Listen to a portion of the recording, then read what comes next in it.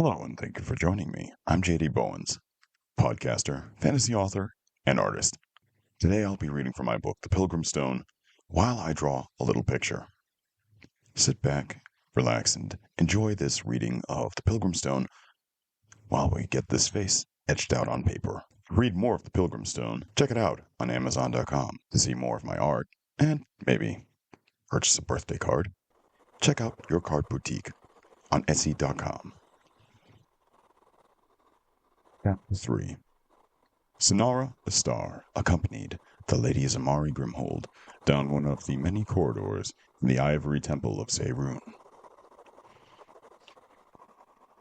There were 5 gods in the pantheon of the Quintetta: Dakos, the god of humility and contentment; Seirun, goddess of peace and purity; Rashnok, the god of righteousness; Weira, goddess of love and life; and Mara, goddess of joy.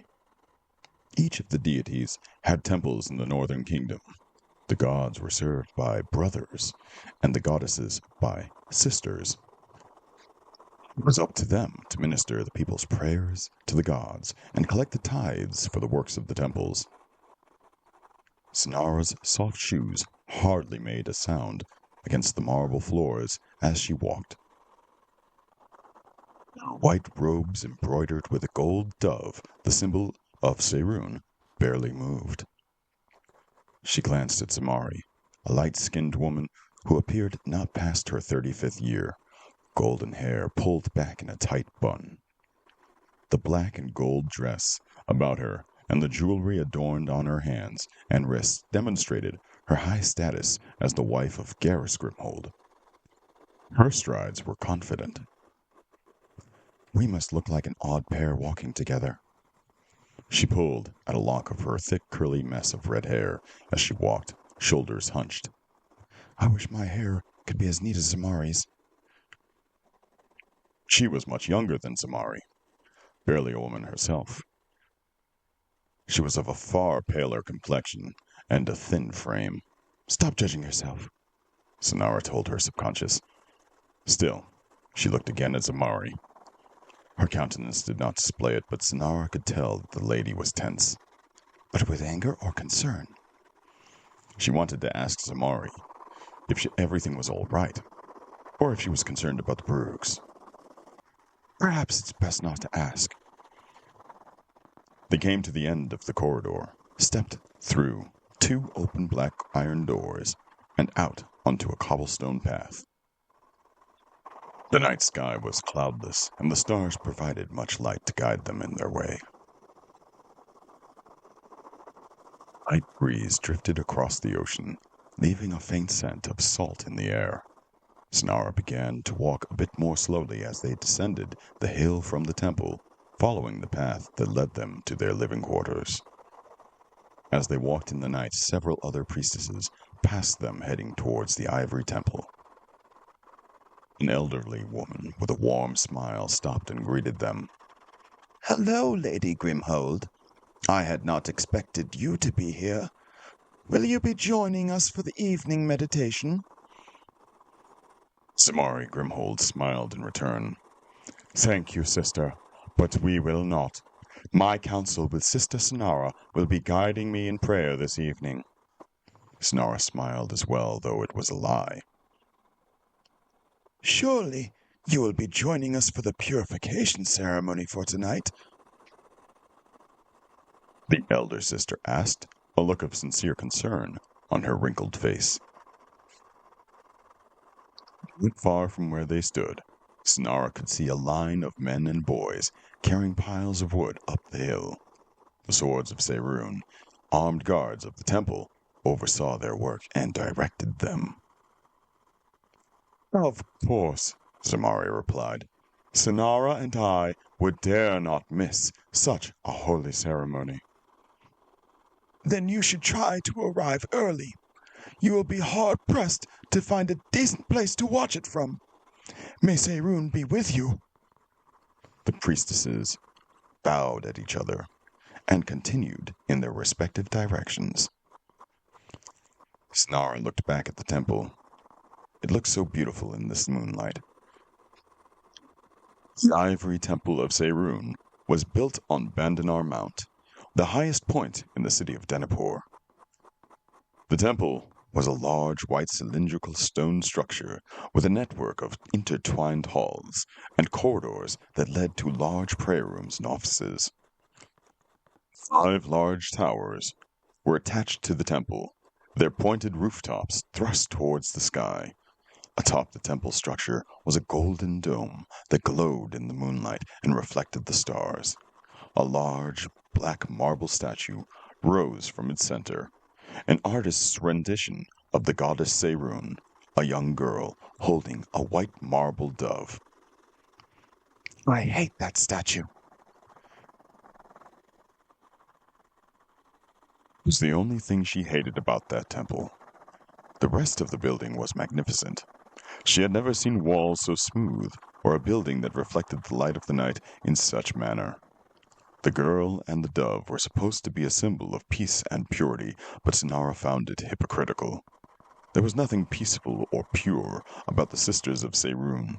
They found fault in every believer and charged them to tithe to save their purity.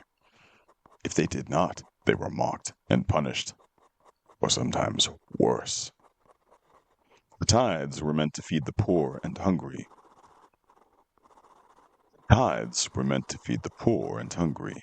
But how many times had Sonara found herself pouring thin soup from a golden ladle into a beggar's wooden bowl? It wasn't as though the Sisters of Seirun couldn't afford meat. It's all a lie. She eyed the statue. Keep up, Zamari snapped. Sonara realized she had fallen behind. Yes, milady. Sorry, milady, Sonara squeaked. Angry. She's definitely upset. Living quarters of the Sisters of Seirun were smaller buildings, also made of white stone. Though not as grand in design as the Ivory Temple, they were still by far some of the more beautiful structures in Denipur. Sonara and Zamari stepped under a grand arch and through the large open iron doors. They passed through the large foyer, greeting more sisters as they passed, and turned down another long corridor. Zamari opened the door to Sonara's chambers and stepped inside. Sonara followed and closed the door behind her. Her quarters were more spacious, more so than the other sisters her age. There were no others in their 18th year that had such a chamber, but because she had been requested as the private counsel to a wealthy noblewoman, the elder Sisters of Seirun obligated to provide her with chambers more befitting of her station.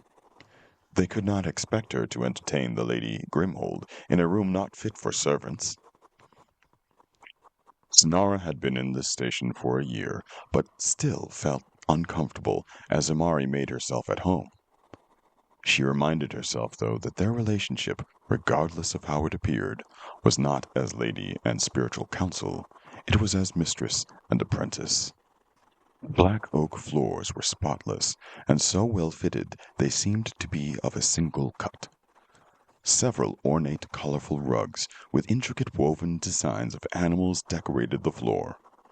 A few portraits of long-deceased priestesses hung from the walls around the room. Zamari passed in front of the cold fireplace in the opposite wall, stacks of wood beside it. She motioned her hand at the fireplace, and flames roared to life. Check the wards on the door and fetch the scrying bowl, Zamari said in a calm voice. She disappeared into the bedroom, adjoined to the living quarters. Sonara turned to the closed door. She made a few hand motions and whispered the required incantation. The door glowed softly with a red light before falling dim. We are now protected, mistress. The ward of silence would ensure that no one outside the room could hear their conversation. Zamari emerged from the room no longer wearing her gold and black dress or her jewelry, but a crimson gown with black embroidery. The image of a dragon in flight decorated her chest.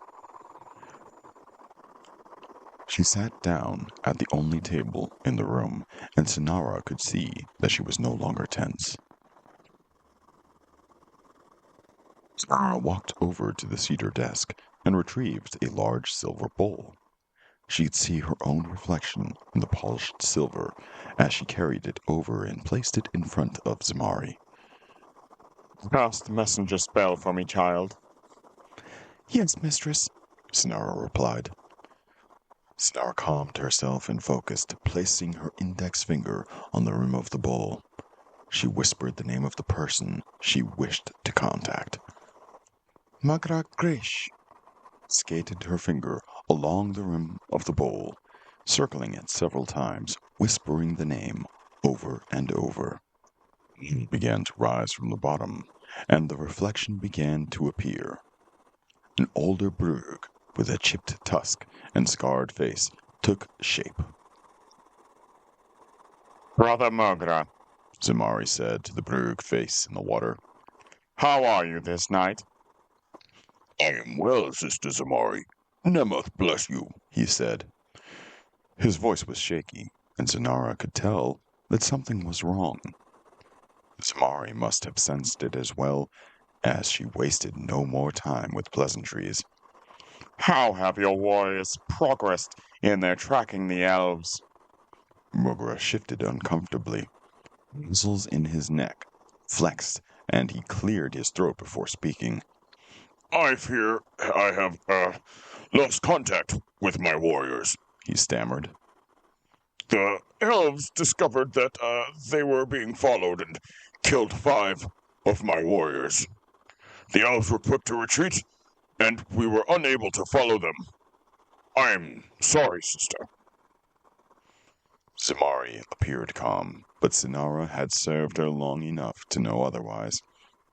How is that possible? Did you not bless 2 of them with the spell I gave you? Zamari questioned. I should have been able to overpower them. Yes, I did as you instructed, he said, but the elves caught them completely unaware. There was a long pause of silence before Mogra spoke again. You assured me that you would send only your finest warriors to follow the elves, Zamari said. They were to be silent and untraceable. Their only responsibility was to follow the elves and recover the stone. How were your people so careless as to get caught? I'm not sure, he croaked. When I last spoke to them, they reported that the elves seemed lost and confused. It may be that the elves came upon my men while they were retracing their steps. I grow so weary of your excuses, Mogra. 10 Brugs should be more than capable of handling 2 elf women. These were not 2 normal elves, my lady, Mogra replied. How do you mean? One of the elves called down pillars of blue light upon my warriors. It swallowed them entirely and left little more than ashes. Zamari's posture became tense. Did you see this for yourself? She asked. Was this another story your skilled warriors gave you to explain their failure? The sarcasm dripped from her lips like venom. I saw it for myself, Mogra said.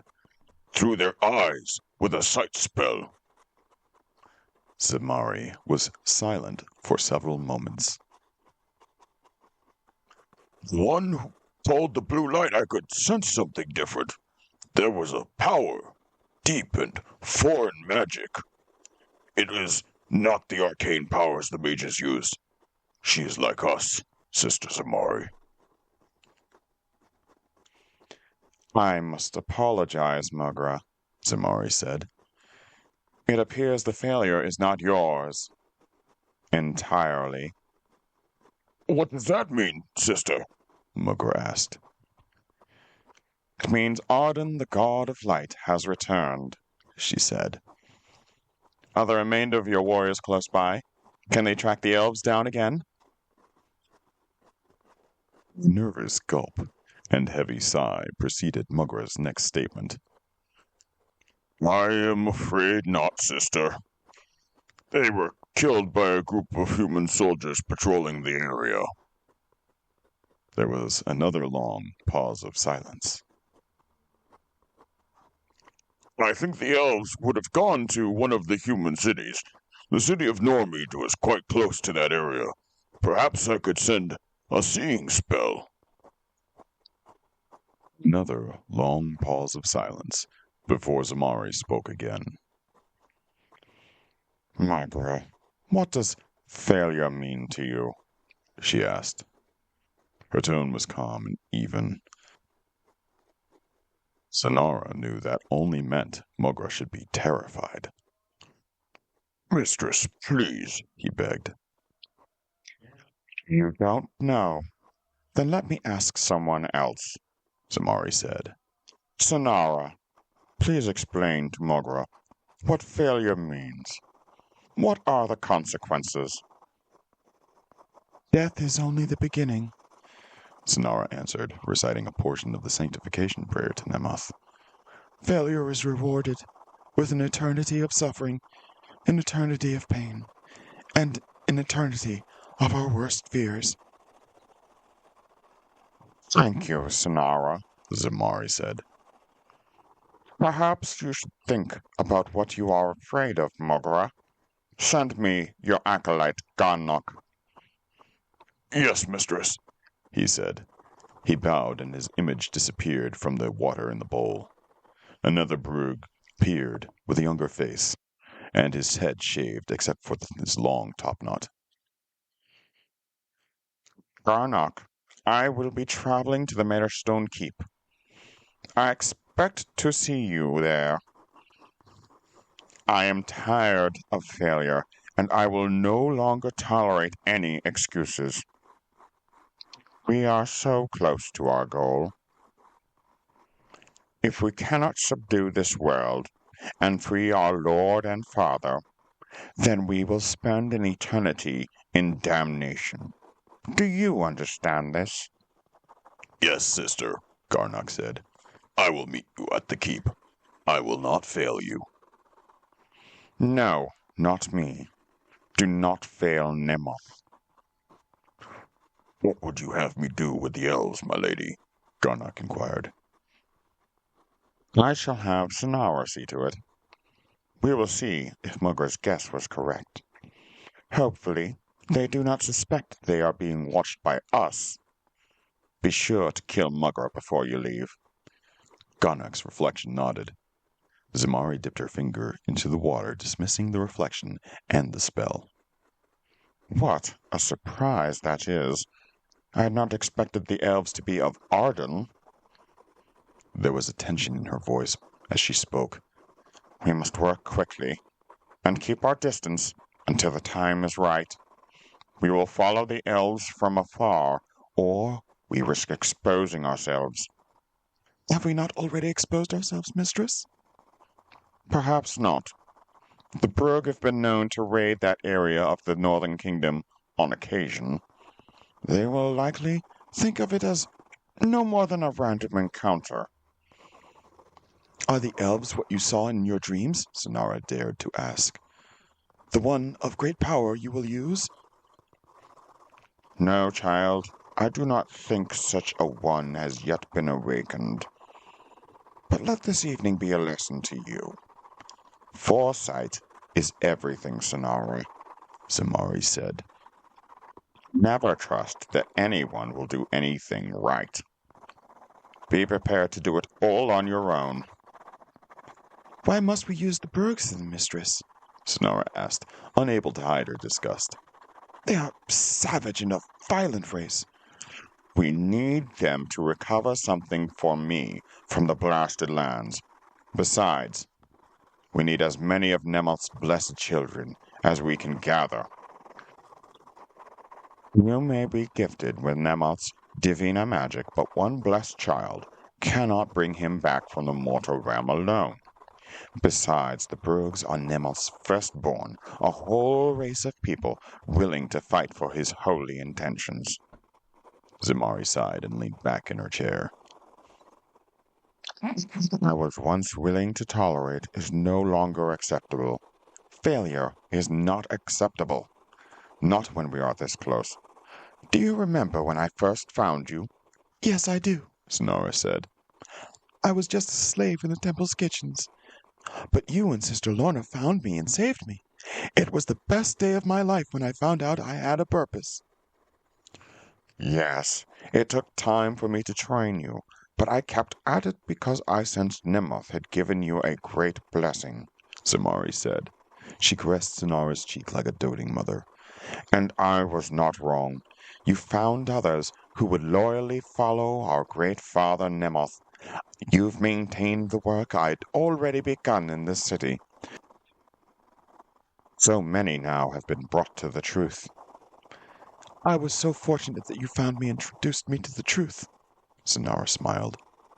How foolish she had been to believe in the Quintetta, the false gods created by man. Many of the serving girls and boys in the kitchen had tormented her, saying her red hair was the color of Dirk, the mythical demon of lust who opposed the Quintetta. No, Zamari had said, your hair is the color of Nemoth himself. Sonara tugged at one of her locks as Zamari spoke.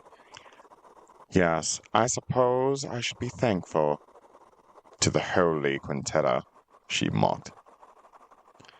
Their servants have made it easier for me to find blessed persons such as yourself, and work with like-minded nobles. Soon we will have an army anointed with Nemoth's might to retake all of Amarant. She lifted a finger and pointed it at Sonara. Yet, all of this could be undone by just a few simple failures. She held Sonara's chin between her thumb and forefinger. You have been a most loyal and dedicated child to our Father of Shadows and Blood, and me. But if you fail now, you shall suffer the same eternal damnation Mogra faces. I also shall suffer such fate. You would not want that for me, would you? Sonara was near tears, but refused to cry. No, mistress, I would not dare fail you. Zamari released her. Very good, then. You will need to prepare our raven tonight, Zamari said, but after the purification ceremony. Sonara sighed. She hated these empty ceremonies to the false gods. It was an abomination to Nemoth, and a barbaric practice conducted by simpletons who hardly understood the deeply complex nature of Divina magic. Yes, mistress, she said. She knew better than to test Zamari after such a terrible conversation with the Brug. It is important that you see this, Zamari said, as she changed from her robes of Nemoth back into the gold and black dress. For the Brugs to fail is one thing. They can worship freely among their own people. But for us to fail, for other humans to discover who we truly are, it means a terrible death. For Mugra, death will be swift, but we will not have such a mercy. They left her chambers and marched back up to the temple. Outside, a large crowd of priestesses and Denipur guards gathered around the large pyre of wood near the temple walls. It rose above the crowd, and at its peak was a platform, a tall pole jutting from its center. It's barbaric how many people come to watch these ceremonies. The burnings always drew a large gathering of people. Even for those unable to attend, the burning could be witnessed from the nearby homes in the town surrounding the temple. Zamari and Sonara made their way to the back of the crowd and looked up at the empty platform. I thought the king forbade his guards from attending these, Sonara said.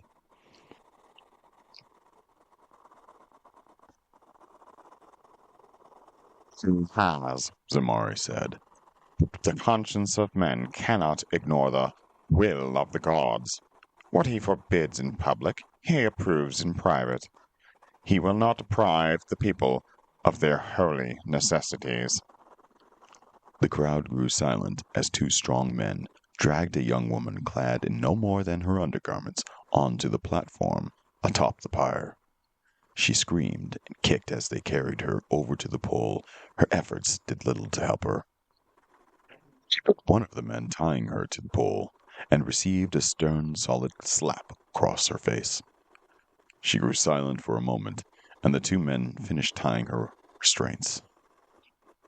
As they descended the pyre, an elderly priestess walked up to the platform. Amelia, Sonara said, recognizing the woman tied to the pole.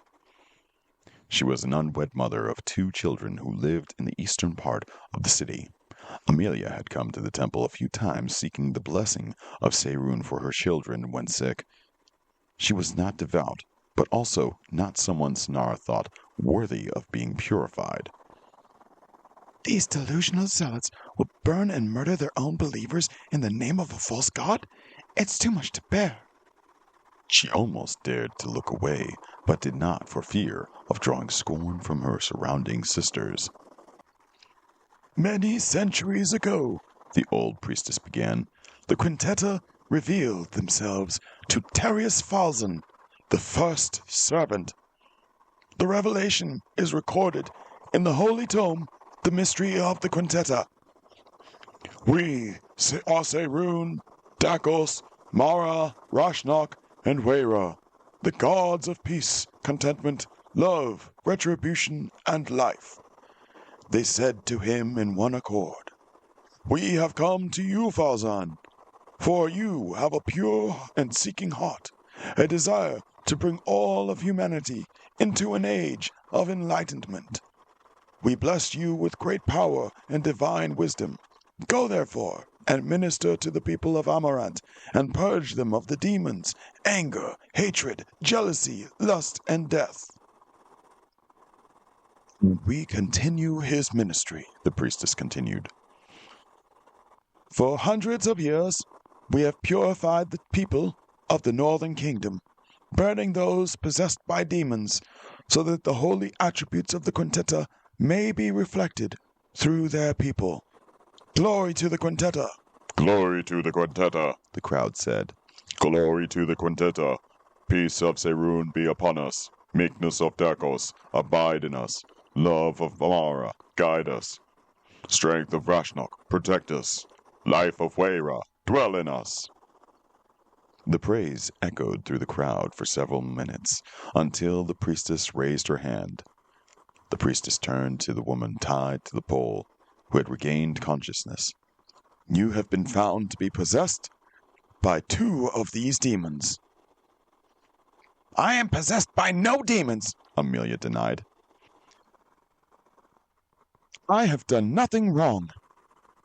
Many witnesses have come forward and accused you of wielding strange fire at night.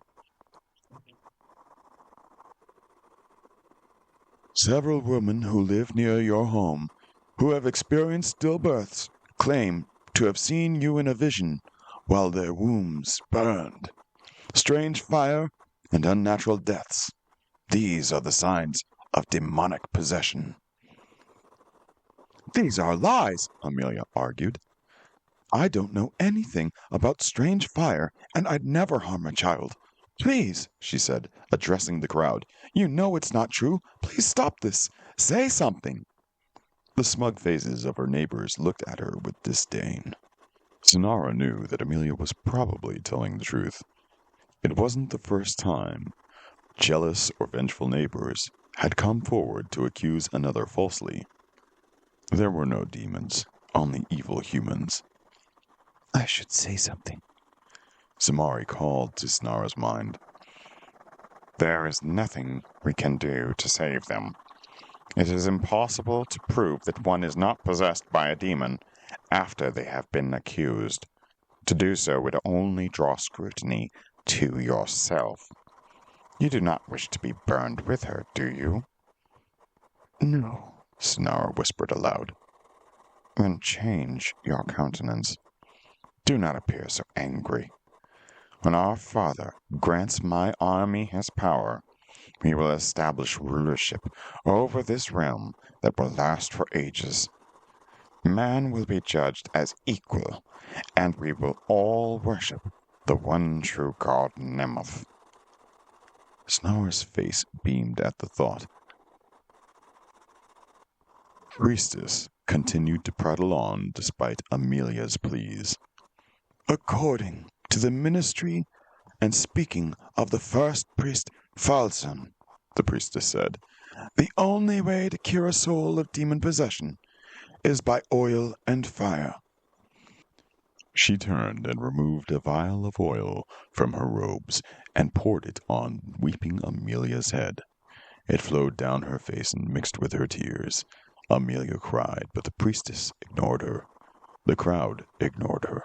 The city, about to witness her burning, ignored her. I hate this part.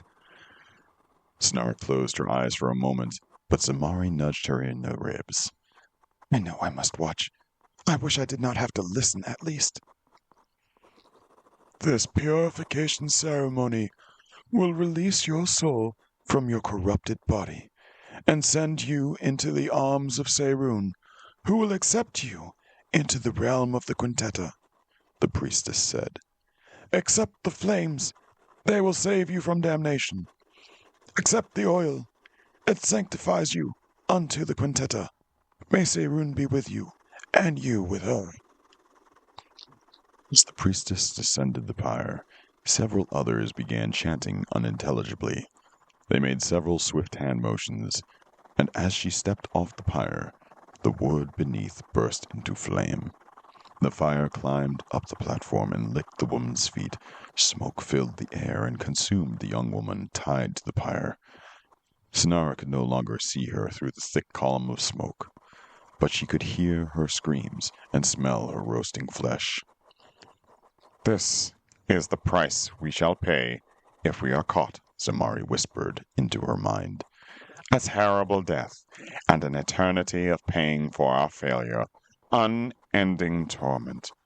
If we succeed, life eternal, and the world will worship the ground we walk upon. These fools will be our slaves. The risk is great, but the reward is greater. Death is only the beginning, Sonara said.